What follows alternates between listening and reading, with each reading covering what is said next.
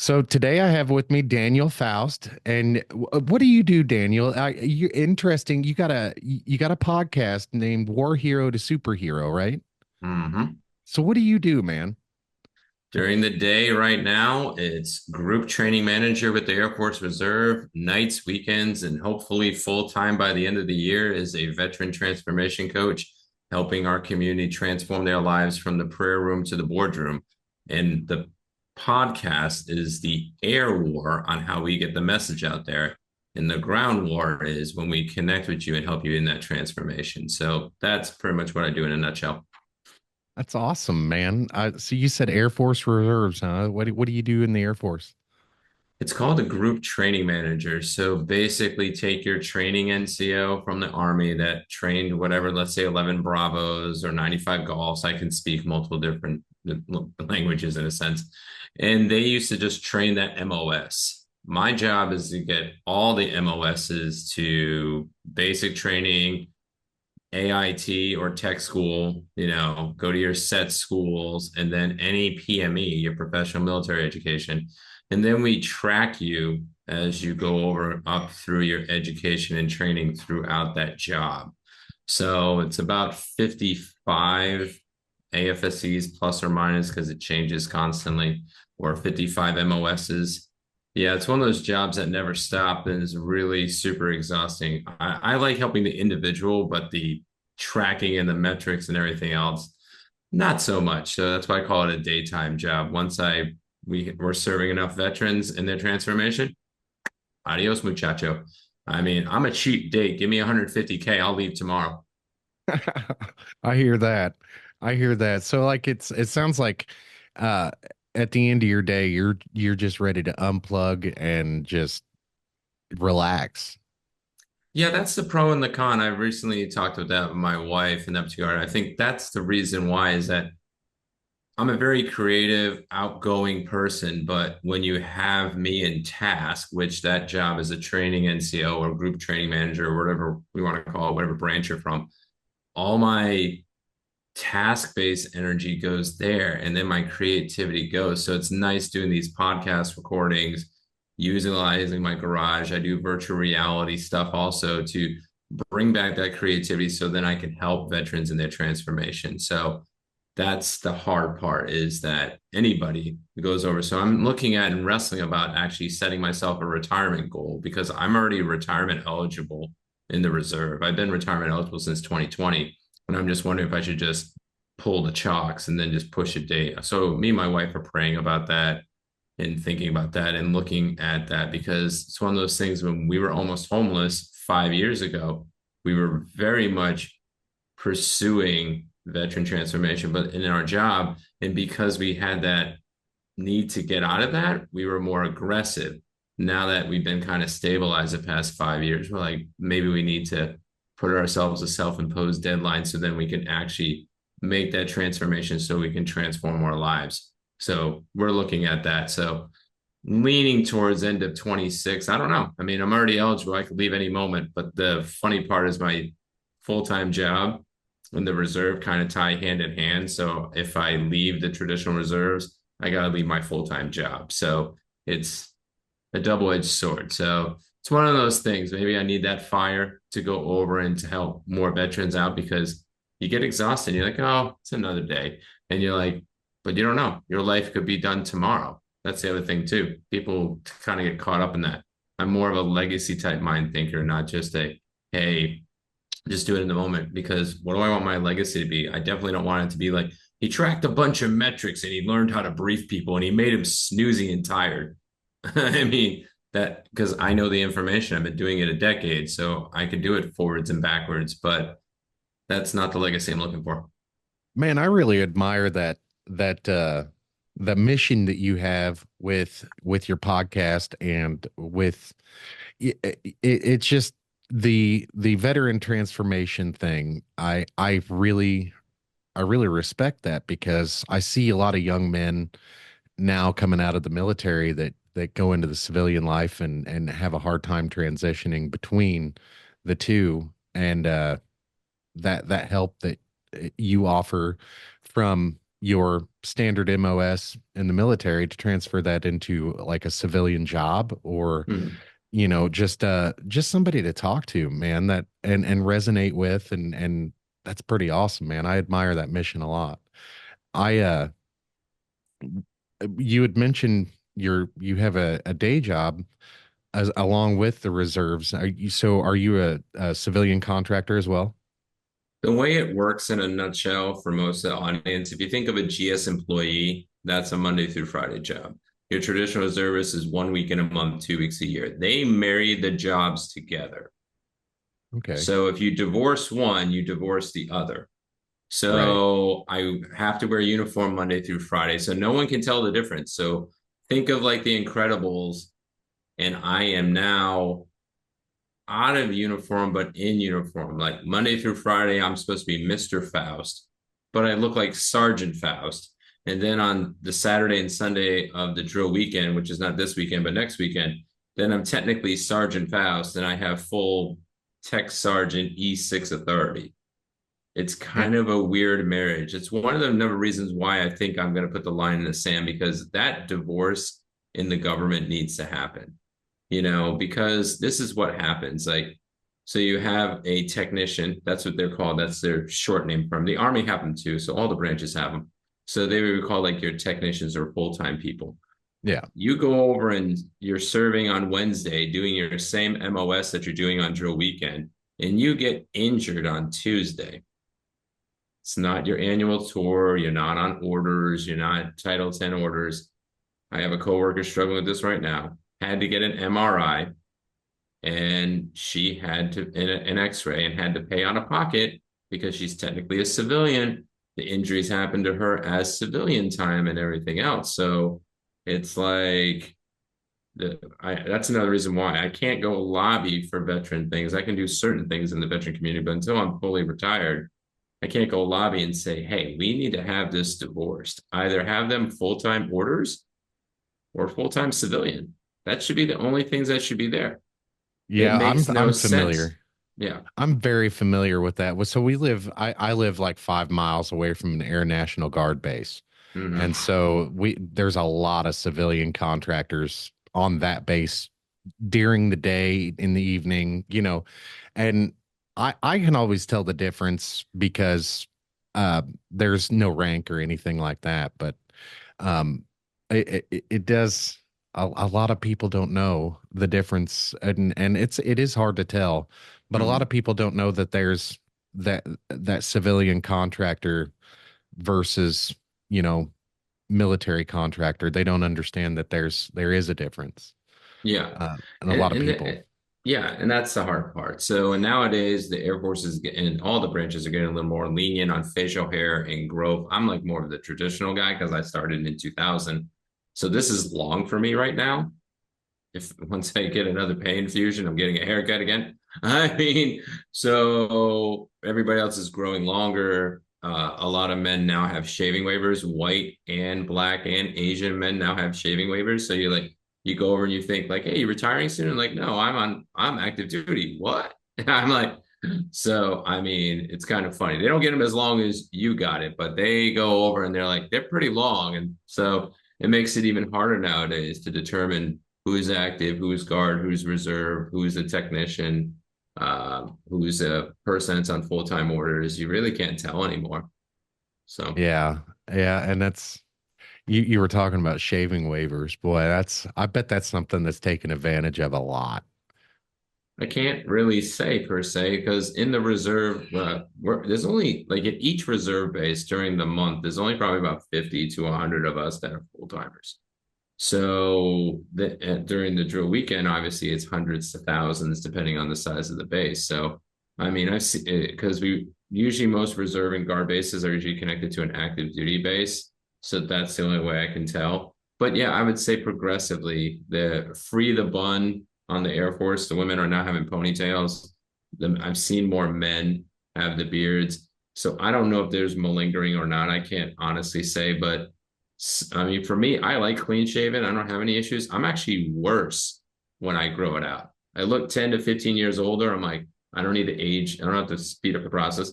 And then the second thing is it's itchy as hell. after a couple of days. I know, yeah, I get 8 days, get beard stuff and whatnot. But for me, I'm like, plus I break out sebaceous cyst. So I'm the exact opposite. I'm the person that doesn't need a shaving waiver. I just need to shave more often. Yeah, I know a lot of guys that are just like you, that they don't like the beard, don't even like the scruff. I know a guy that actually shaves twice a day, so to avoid that scratchy feeling. And it's I'd have to say, if I was in the military, I'd probably be more of a traditionalist myself, and pride myself on those traditions that the military has. And but there's also an understanding that I know exactly why I can't have facial hair. Like, a lot of people don't talk about this, but like your face masks and stuff have, your PPE has to be able to fit properly to be able to work properly. And Mhm. facial hair does not, it's not conducive to a proper fit, if you will. Yeah, it's to a certain point. Like if it's maybe about an inch or two, we're coming to find out now it's not as bad. Like other services, like the Germans army and the German Air Force, and you go look at the European branches and whatnot, they don't have like super long, but maybe about a half inch to an inch, and they still wear gas masks that are similar to us. So there's always debate about that. It's the same thing about like why did we do the bun for the ladies, but now we can do the ponytail, and it depends on the job now. So if you're thinking about coming in the military, there's a lot more a la carte type adjustments to life. We're hoping that recruiting goes up as a whole. I'm not a recruiter, but when you just look at the numbers, but there's a lot more a la carte and adjusting to the millennial, post-millennial environment. There's been a lot of adaptations and changes that are positive for them. So for me, I'm kind of old and I'm like, all right, I'm not that generation anymore that needs to be in. So yeah, I'm looking towards retiring. So You were talking about recruitment numbers. What are your hopes for recruitment? I would just hope that the people that go in is to go in and that we meet our goals and that we can serve because it hurts. Like even think of it as a corporation, like an IT shop. Think of an IT shop of 25 people. And let's say you need those 25 people. If five of them go over and quit, you still have the same customer load because the rest of the people didn't go over and quit. So it gets more exhaustive. So now you're carrying 20, 30, 40% of the workload. And then if you think about deployments, like, if you have less people, so let's take that same IT shop and let's say you have 10 people that go once every 6 months, a year, 2 years, whatever it is. Now you're down to like 10 people managing a shop of 25. So the burden is the people constantly going back and forth, and then you have the same thing. So we need to have those people, even if it's for a short term, like 2 year, 4 year, 6 year enlistment. I mean, I hope it doesn't get to the point like there's been some news about the draft, of course, but that's just going over and reinstituting the selective service and everything else. But there's been no actual formal draft in like decades. So I I don't just think hope we it'll don't come to get, I that. hope well, if the push comes to shove, I mean, it would. I mean, you go look at anything else. I mean, it's I think you're right. I do think you're right, and I'll give you a little pushback on the draft though. We'd have to have a major outbreak of a conflict, and I just don't see that happening right now. There's not the type of conflict that would require a draft. We're talking about ground and air and sea. I think right now our standing military is over 1 million. I think we've got it for the small type of conflict that we're going through right now. But if we're going through a long-term slog of a conflict, sure, we're going to need a draft. But I selective service is already there. It's been there. mhm, I don't think I, the only thing that I could see beneficial to a draft is if we did it for everyone, and made it a part of a civic duty to, mhm, like, let's say high school, their volunteer services, like, Peace Corps, stuff like that, mhm, Greenpeace missions, humanitarian missions, stuff like mhm. that. If we can implement that stuff at a high school collegiate level, and make that for everybody, I think it'd be easier to recruit for military service. But I just don't think I don't think it's feasible right now. I think the recruitment crisis, I think we can fix that. I I think mean, we're doing tons of incentives and everything else. And I'm like, yes, we as Americans can go over and fight for many things. And that's one of the things I think if they did do it, just from a Daniel Faust perspective, not any of my sergeant or years of experience, just looking from a human American cultural standard. If we were European or an Asian culture, we could very much adopt that type of mentality. Like you're talking about like high school and say, hey, yeah, I have to go to full-time college, full-time service, public service, or you have to do at least 2 years in the service. That's most of the other countries. We have such an individualistic mentality. It's very hard for us in anything militarily, religious, political to come together and really be united. We haven't been really united since 9/11. 9/11 is probably the last time we were as a nation that we were unified. And it lasted, I'd say, about 6 to 18 months based on my observations. And then we kind of went back to that individualistic mentality. I can get more of a following on a social media than I can go over and get a following for anything else. So I think if we came from that push come to shove, that's when we become unified. Everybody like, no, no, no. I could see that. That's when we see be like, wow, there's a lot of people unified saying no to something. I'm like, wow, we're saying I think yes. just as many people as there be no, there be as many people volunteering. I guess we'll go over and see if it happens. Like I said, so far, I think that we're doing everything that we can and we're waiving a lot of things as different branches. Again, I don't have a DOD opinion, and this is just my opinion. This is Daniel Faust, just to cover me when this goes live, is that Daniel Faust says that I think we're doing everything that we can from what I see from a just a public view.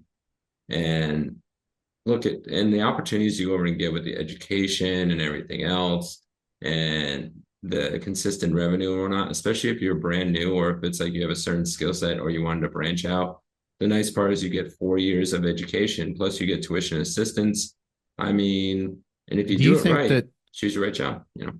do you think the military across all branches should push that a little bit harder in recruitment, like materials? Like I see commercials all the time. You remember the be all you can be Army Mm-hmm. commercials? I don't see Yeah. those type of commercials anymore. And nothing to really get you excited about a career in the military. And I wonder if they switch tactics a little bit on the recruitment side to talk about some more of that stuff, like the use of the GI Bill and the education and training that you can get from the military in different jobs, even as a cook. If you don't know what you want to do, you know, Mm-hmm. go spend a couple of years in the military while you figure it out. They'll help you figure out what you want to do, and there's lots of jobs that maybe not the coolest jobs, but there is lots of jobs that transfer from military to civilian life, like cooks, for instance. Yeah, so there's roughly 150 to 250 MOSs, AFSCs, series across all the branches and everything else. But I don't see the millennial, post millennial going. I'm looking at it. They like freedom, they like autonomy, they like benefits. They want to make sure that they're getting really high pay. They really like to have their opinion out there, at least from the millennial veterans that I know. They want to have those type of experiences. And some MOSs and AFSCs job series give that, but other ones don't. I mean, a lot of people are realizing that college, now putting on my education hat, college benefits don't get used as much as they are. And we find out a lot of college degrees don't go around carry. I mean, I'm a micro influencer on Facebook. I mean, obviously I can go over and grow that, but if you have a really good following or you have a specific niche that you can serve the community with, you can make a lot of revenue in more white collar digital jobs and you can still travel and those types of things. I think a lot of the military recruiters that I know either personally or I've met them in passing, they are going out there and they're trying to get where they're at. They're here. They're a scroll. So we can't go over and say, do all these great things. We're looking at empowerment, strength, freedom, teamwork.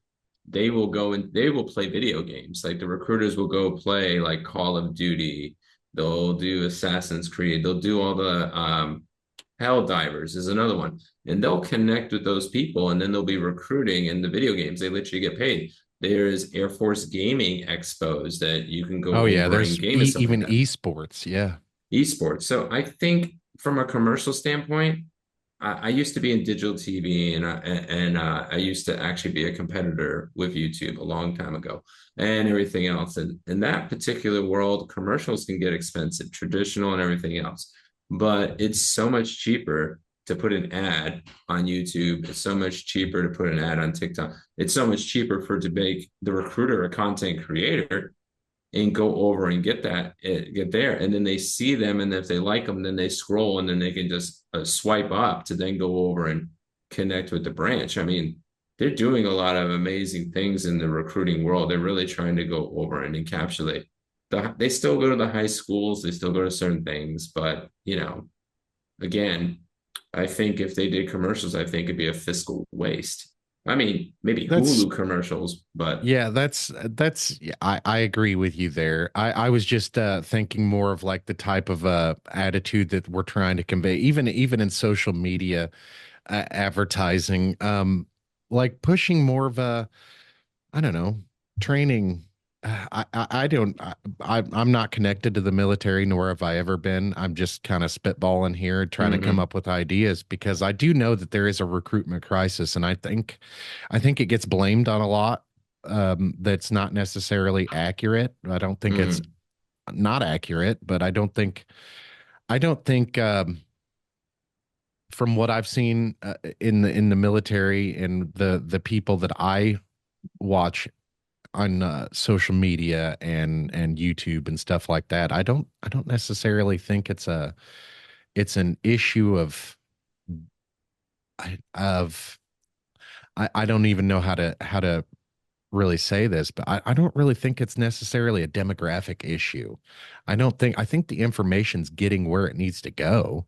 I just don't think it's the correct information.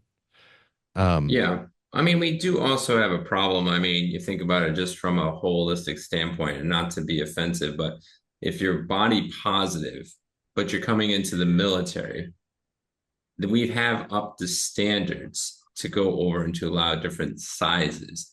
But that is still an issue because of obesity and overweightness and everything else from a medical standpoint. So you have that, and then you have the job market is still doing well, even with inflation and everything else. So you add so do we those change factors the in there. standard to get in the military, or do we maybe try to address the issues? Like if you like have you seen some of the physical education in public schools? It's not really working the way it was supposed to. I mean, you have like here's an example. So I have a tattoo. Yeah. 24 years ago, if I would have came in with a tattoo, I would have been done. Like Yeah. absolutely done. And I keep it under the sleeves because since it when they did allow it, they're like, hey, as long as it's covered, it's covered. So it's a stumbling block for some people too, especially in conservative views, because I am a conservative Christian. So I just go over and hide it. But if we went over, for example, and said we went back and reversed it and said, hey, no tattoos at all. You have to get it laser removed, like you did back in 2000. It's like, hey, you got it laser removed and got inspected because they would check you head to toe, like literally. And if you had any tattoo, they would be like, hey, you have to laser remove it. Our culture back then would remove it, and we had such high recruitment goals, and then and retention and everything else, and we had a semi bad economy around that time when I came in 2000. You could go over and do that. Now you look at 2024, that people that very individualistic, looking at type of mentality, we've had to go over and say, hey, we allow tattoos and even allow sleeve tattoos. We just won't, and we won't allow like face tattoos. So we've had to go on over and as branches. And again, this is just Daniel Faust's opinion as a military person. So, um, Yeah, but I actually I agree with the tattoos thing. Like I have tattoos myself. I have one on my forearm here. I don't think it's necessarily disqualifying, but Oh, not anymore. Yeah, 2000 it right. would have been. Yeah, I actually have one in the middle of my back that was disqualifying 20 years ago. Hmm. And it I do get that. I understand, like I do agree that that's sometimes, if as long as it can be covered up or whatever, sometimes if it can't be covered up, whatever. I do get people's hesitancy to join the military if they're not allowed to have those sort of things, especially if they already have those sort of things. I do get that, but I don't necessarily agree with loosening the restrictions on weight and like certain MOSs. Yeah, like I get it, but if you're ever going to be in combat, you know, like I bet you wouldn't want to be in a trench next to a guy like me.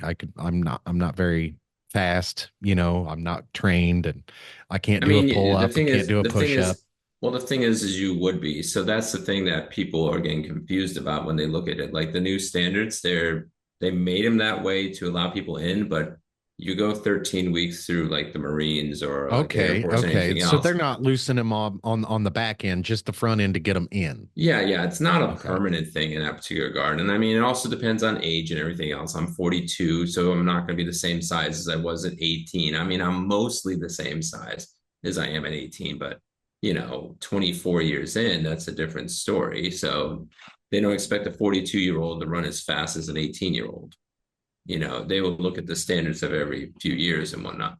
But yeah, I mean, I think it's a balance. It's like you are going over and making a transformation. So just like if you go over and become a parent, because your podcast is about dads, you go over and you don't automatically become a dad. Your spouse gets pregnant or your girlfriend or whatever it is, and even though everybody's like, oh, it's such a shocker, and like you have 10 months and then the baby's born. And over time, you don't instantly feel like a dad, like some people do when they hold the baby. But sometimes over time, as that transformation, you probably look at now, if you've been a dad 5, 10, 15, 20 years, there's no way you could be like, oh, I'm going to undad myself. And totally the dad jokes, the mentality, the way I think, legacy thinking, all those things in dad mentality, parenting discipline, that's all going to go away and go back. So it's going to be over time. So That's a great way to put that. I like that. I I see where you're going with that. It's just more loosening of the restrictions to get them recruited, and then by the end of training, they will have met all of their goals or they'll train again.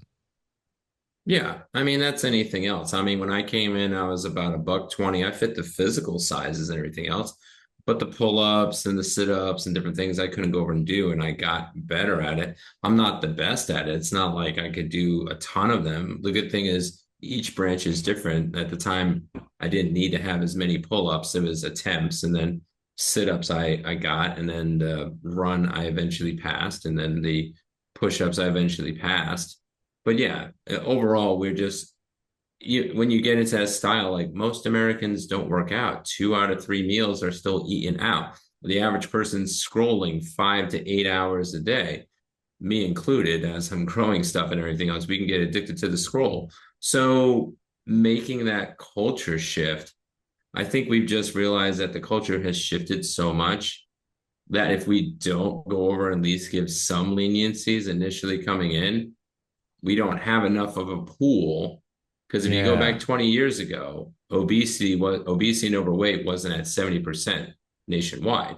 When we were more unified on certain things, tattoos weren't so prevalent. There's been so many culture shifts digitally, emotionally, practically, body art, those types of things. It's like you have to look at it as a recruiting whole. And then you look at like the way the world is.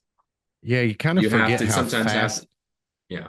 you kind of forget how fast that stuff happened. Really, I certainly do because, well, I'm 39, Mhm. uh, and I remember a time where we didn't have computers in every home. You know, I remember a time when I remember the rotary phones, um, like the Soviet Union fell in 1991.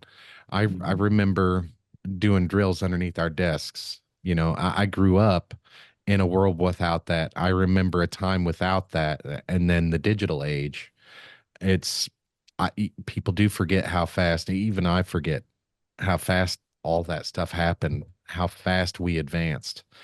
And and you're right, the cultural shift between me and, say, well, I've got kids ranging in ages 21 down to 5.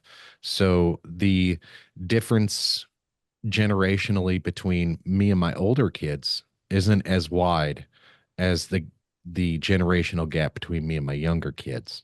Yeah. And I'm forgetting that, we haven't always had the digital media that could rob people of their attention spans as we do now. And then the research that they do, it's like kids have a lot more information, but it's not as wise.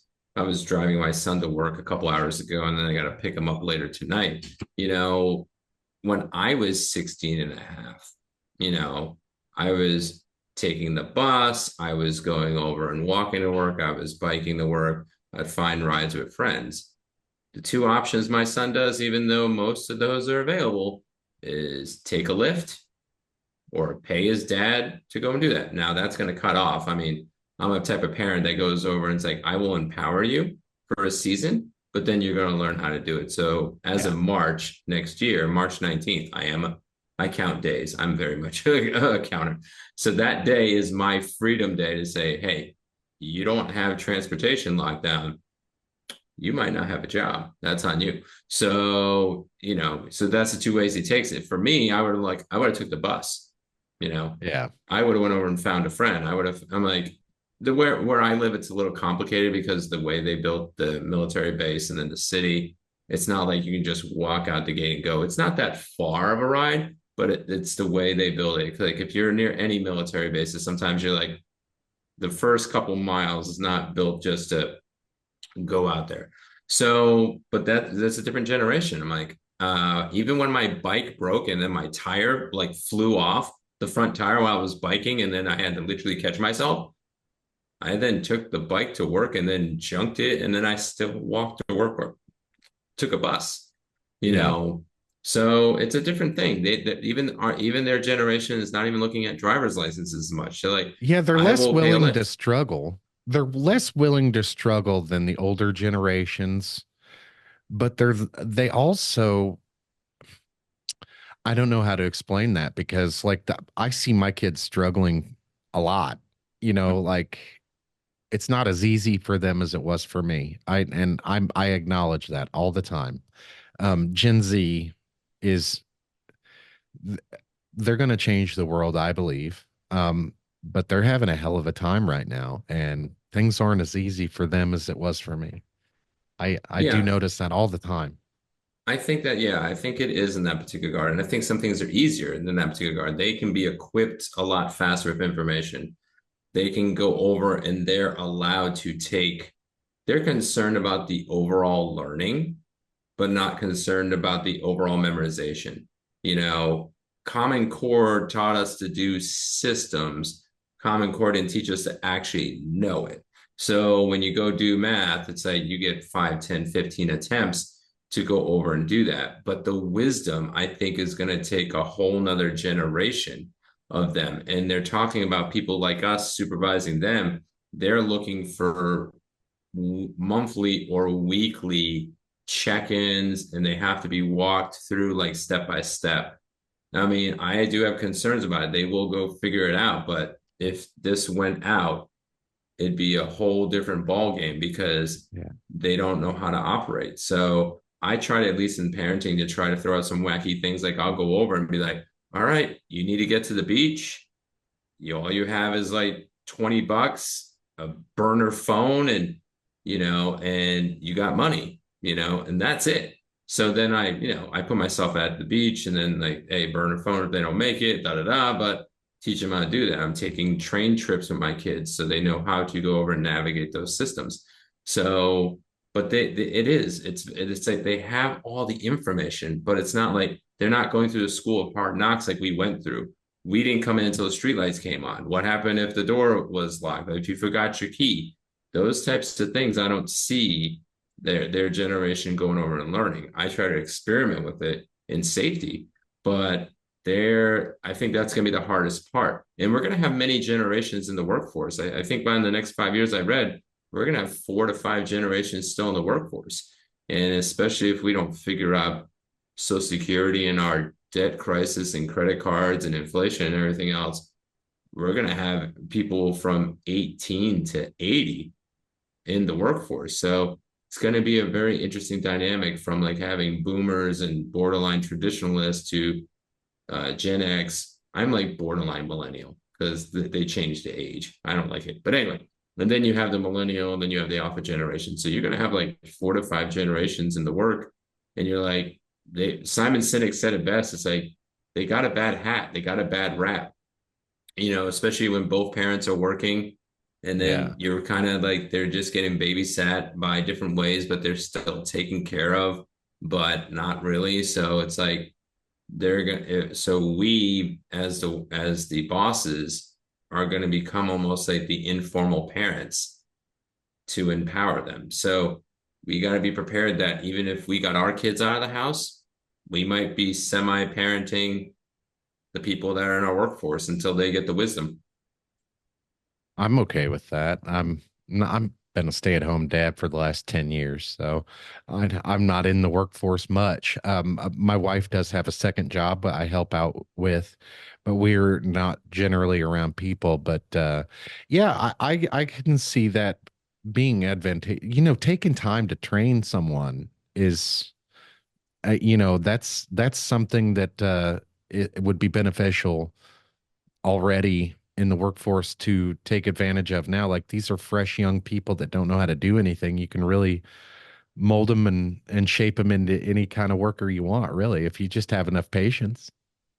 Well, you got to look at it from a money standpoint too. I mean, like I have a sergeant that's coming in on the first. She'll be out with us for like 60 days. I already know how to do the job. So now in my normal workday, if I have 8 hours in my workday that I have actual work, and let's say it takes me, she's semi speed. I think she'll get high speed when she's there every day. But if it takes me 5, 10, 15 days and to get them spun up and I have them for a while, great. But when you start looking at the workforce, people leave so quickly in places. So in a sense, that's the hard part. If they had a hybrid of like, hey, I have a lot of information. Now I can go help you apply the wisdom and then I get you trained and you can start looking outside the box, troubleshooting. I don't have to say, oh, 8 + 8 is 16, but 8 + 9 is what? That's the type of, at least from my point of view, I've only been a stay-at-home dad like short seasons. I haven't done it for like years and decades, but I have seen as the being as an active dad as much as possible. It's hard. And now going into the workforce and saying, okay, they think they know it all, but then you're trying to train them, but then you find out that they don't. And then you have to say, what's the ROI, return on investment, that if I don't even have a guarantee. That's why I like about the military is that they have an enlistment. So they have 2, 4, 6 years. Yeah, So you're those people, I can, yeah, contractual obligated to be here. yeah, and that makes it easier to work through those things. But if I don't know, I'm like that would be the thing. Is like if I chose to work straight civilian, I've worked a ton of civilian jobs, but they weren't long civilian jobs.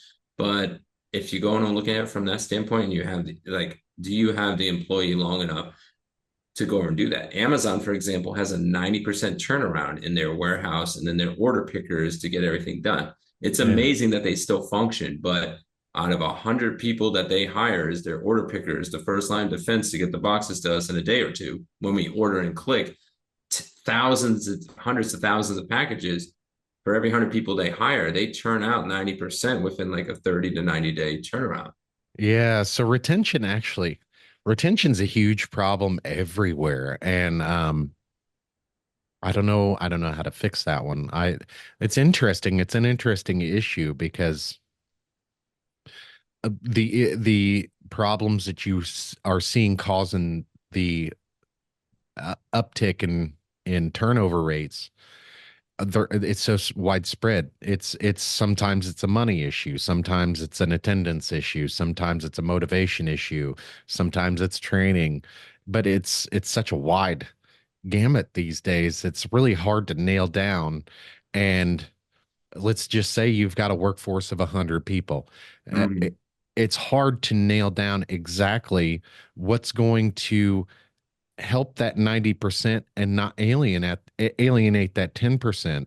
mhm, And I mean, if you could reverse the turnover from 90 to 10%, I'm gonna do that.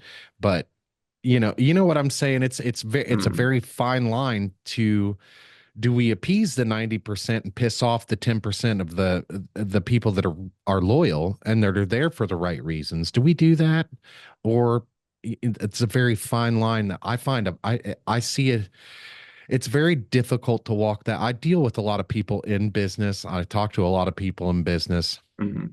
and I just in my everyday life, a lot of conversations revolve around work and finances and stuff like that. And retention is a big issue everywhere across all industries right now. I don't understand it.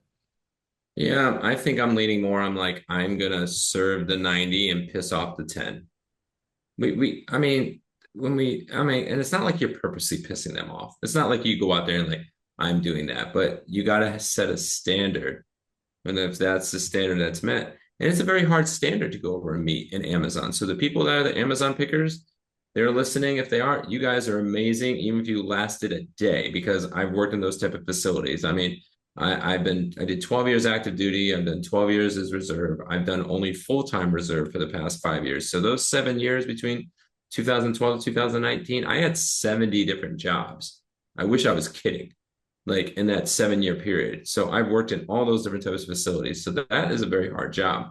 So, but you got to have a standard, because if you don't, then if you're trying to appease the 10 and everything else, those people can become passive aggressive, the 90 that are being compliant and meeting the standard.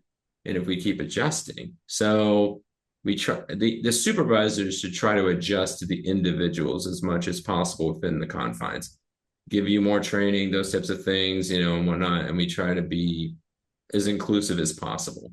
But the thing is there's got to be a cutoff. That's There's very interesting. You mentioned passive aggressiveness because I deal with that a lot too. Uh, eh, I deal with it everywhere. Again, across a lot of industries that I a lot of industries that I'm not in any industries, but I do know a lot of people and I talk a lot. It's what I mm, do for a living. So, um, it, I do see a lot of passive aggressiveness, and I thought it may be just a generational thing, like my generation being passive aggressive. But it's interesting that you see that in a lot of places with the, go ahead. I just think we're just exhausted. I mean, we are exhausted as a nation. We went through COVID. That was very difficult for a couple of years. And now you have the inflation and all the other issues politically, religiously, and everything else. And then the things that we were raised on in our age, we thought that would last. And then the generation before us thought it would last. And this is the revelation I came to a couple of days ago. And I'm pretty sure God gave it to me, because I'm like, that's the only person I believe that comes with these divine wisdom, is that we have been parenting and spiritually taking care of people more culturally than we have relationally and eternally. What does that mean in a nutshell? You're never going to use a calculator again. You're never going to use a calculator in class. Everybody's using a calculator now. There's no way you're going to be able to hold, if you have short-term jobs, you're not going to be able to go and make it. Working at home, that WFH, that ain't going to happen. When we were kids, we were like those things that like, but we raised our kids culturally where we were at that moment. And now the millennials and post millennials, they got the bad hand, because we need to look for things that eternal values, showing love, showing peace, showing kindness, showing gentleness, self-control, going over and showing that unconditional love that we have for our families and taking care of the family first. It should be our spouses and then our kids and then our businesses and everything else. Those Oh eternal my values gosh. would have stuck And if we teach that way, which again, I come from a Christian point of view, if your audience doesn't, that's okay. But when you come from that type of view and you're teaching on values that last instead of culturally raising, then I think we would have been in a better place. So they got the end of the stick. We culturally raised our kids.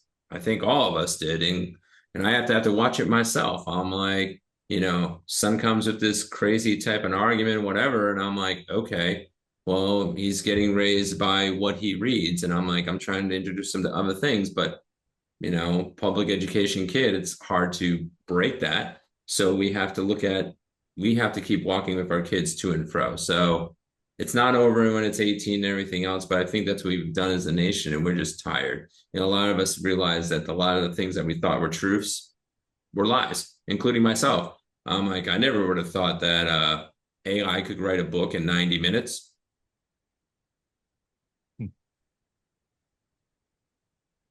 Man, that's I totally resonate with that, man.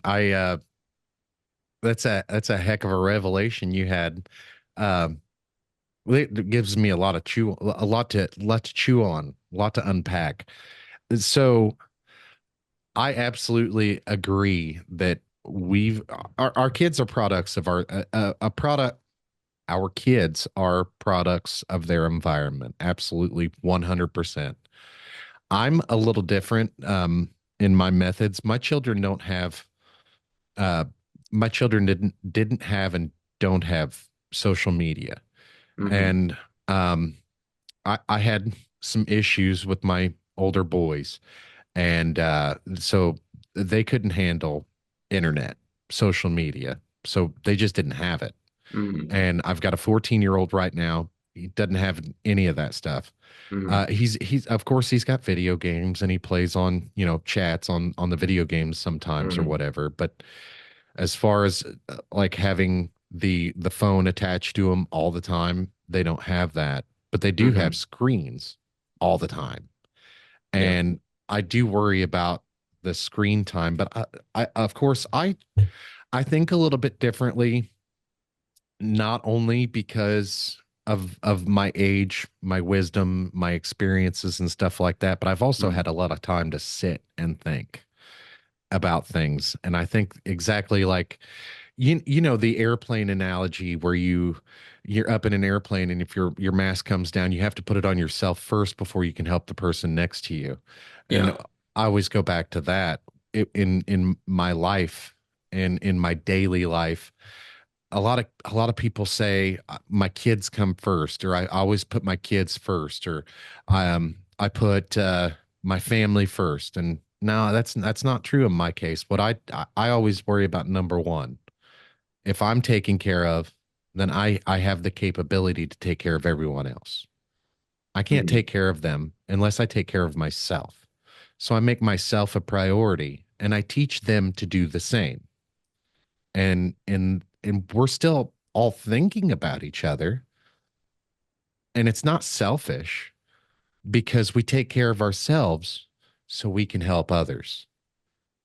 Yeah. And that's very enlightening. That I mean, over the last couple of days, you've just been sitting and thinking about these things and what it means to you, and whether I have a Christian audience or not. Like, you know, the United States was built with Christian principles. So, Mm-hmm. like, whether we like it or not, we all have Christian influences in our lives. So, I'm uh, I'm I'm not religious by any means, but I am a Christian. I believe. So, Mm-hmm. um, it that's that's that's a lot for me to think about. Lot to unpack there. And our kids are products of their environment. We need to watch out for that stuff, and we need to have a little bit of grace when dealing with them because they aren't the same as we are, and our generation isn't the same as our parents. And Yeah. when it comes to politics, none of us are our government. We all need to acknowledge that and come together again as a nation, like you were mentioning about 9/11, and we haven't really been unified since then. And I hope that it doesn't take something bad to make that happen. I hope that we can have something good unite us, even if it's the aliens, if we find out tomorrow aliens are real, you know. And that's kind of funny because you're in Air Force, so Yeah, I can't speak on Area 51. I don't know anything about it. That I'm just as befounded and bewildered by what information's out there. So, that's awesome. That's at least the information is out there. A lot of people don't. But you know what, Daniel, this has been a great conversation, and I'd like to talk for a couple minutes about your podcast and where everybody can find you. It's Warhero2 Superhero, all one word, mhm. and that's on YouTube, correct? Correct. Yeah. We just decided that we're just going to house it in one spot. So YouTube has the best SEO. I mean, after you compete with them a couple years, you're like, nope, I'm done. So I'm going to go over and acquiesce and utilize it. So it's a great tool. So yes, it's on YouTube. So War Hero to Superhero. All right. Is there anything else that you like, social media or anything? You got a website? Yeah, they can just go find. We have the simplest way to find everything of us. If you go to Linktree/War Hero to Superhero, that's where we have everything. So you don't need to remember all the social medias. You don't have to remember the website and all that stuff. Just go to Linktree/War Hero to Superhero. You'll find us on Facebook. You'll find us on Twitter very rarely. Threads. We're on Instagram. Yeah, I already said LinkedIn. We're on TikTok. We're on all those places, YouTube. So you can find everything. You can also find our books. These are a couple of them. Leave No Marriage Behind, Leave No Veteran Behind. My wife has a couple books from the prayer room. So that's like friendship and also elements of surrender. We also have an immersive course coming out. So if people are struggling in the prayer room, really need that connection, really need to understand surrender to God, understand how to actively walk that out. That immersive course is coming on in the next couple weeks. So, but if you remember Linktree/War Hero to Superhero, you'll find everything. Worst case scenario, you're like, I can't remember the website. It's not in the show notes. I just can't read all of a sudden.